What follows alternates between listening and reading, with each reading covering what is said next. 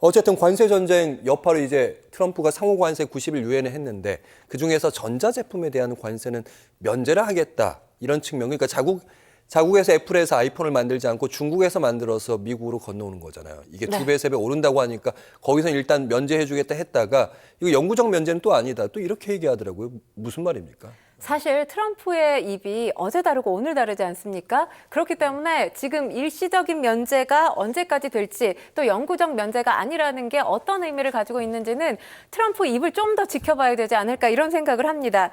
이렇게 뭐 전자제품 관세 유예를 하게 된 이유 앵커께서 짚어주셨지만 지금 중국에서 생산되는 이 애플의 아이폰 가격 폭등을 우려한 조치로 보입니다. 이것도 역시 트럼프 대통령은 아까와 마찬가지로 유연성을 발휘한 거다 이렇게 목소리를 내고 있는데요. 애플은 지금 생산의 80%를 중국 현지에서 진행하고 있죠.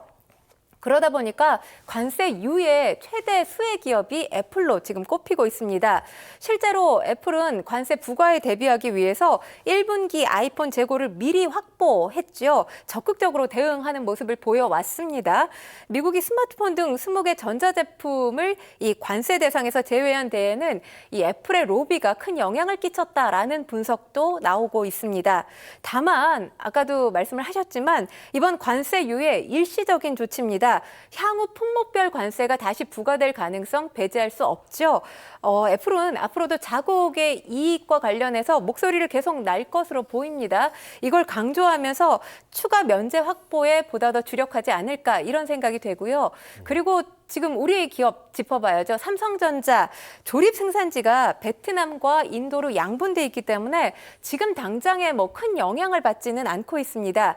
하지만 아까도 제가 말씀을 드렸지만 관세 정책이 어제 다르고 오늘 다른 상황이기 때문에 불확실성은 여전히 존재하고 있다. 이렇게 말씀드릴 수가 있고요.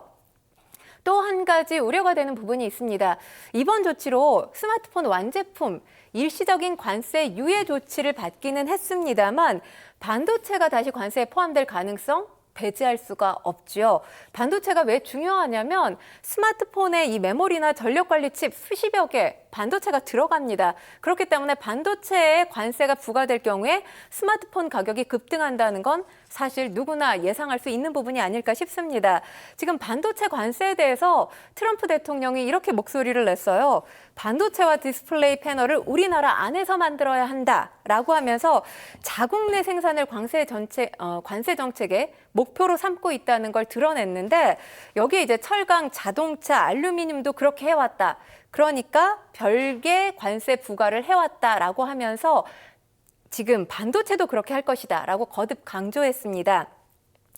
근데 지금 사실 글로벌 공급망을 재편하는 일이 1, 2년 새에 완성될 수 있는 일이 아닙니다. 어떻게 보면 전문가들 예상으로는 트럼프 임기 내에 이건 불가능한 일이다. 이런 목소리까지 나오고 있거든요. 자국 제조 부활이라는 목표를 사실 트럼프 임기 내에 이룰 수 있을지 불투명한데 단기적으로는 지금 트럼프가 이렇게 오락가락하는 관세 정책을 계속해서 내밀 경우에 글로벌 공급망 혼란할 가능성이 있고요. 그리고 물건을 사야 하는 소비자들 이 부담 증가로 이어질 가능성 커 보입니다. 알겠습니다. 자, 관세 협상을 지금 여러 나라랑 미국이 하고 있는데 지난주에는 뭐 베트남이라고 했다고 하고 지금 일본이랑 막 시작을 했다고 합니다. 우리나라도 이제 막 준비를 하고 있다고 하는데 산업통상자원부 장관이 미국으로 건너간다는 얘기 있습니다. 어떤 준비하고 있습니까? 일단 뭐 최상목 경제부총리 그리고 안덕근 산업부 장관이 이르면 내주 나란히 미국을 방문해서 관세 최소화를 목표로 해서 본격적인 협상에 돌입할 가능성이 지금 제기됐습니다. 최 부총리는 이 내주의 스콧 베선트 재무장관을 만날 예정인 것으로 알려졌는데 미 재무부가 통상 현안과 관련해서 회의를 먼저 제안해 왔다고 합니다. 미국이 최선의 이 제안책, 그러니까 최선의 제안을 가지고 오라고 한 상황입니다. 우리가 지금 협상 카드로 내밀 가능성이 있는 것은 지금 LNG와 조선 등이 거론되고 있는데요. 지금 미국을 보면 상당히 뭔가 조속히 성과를 내려고 빠르게 움직이려는 모습이 보입니다. 중요한 건 미국 측 페이스에 우리가 말려들 경우에 한국이 필요 이상 양보를 하게 되지 않겠느냐 이런 우려도 제기되고 있습니다.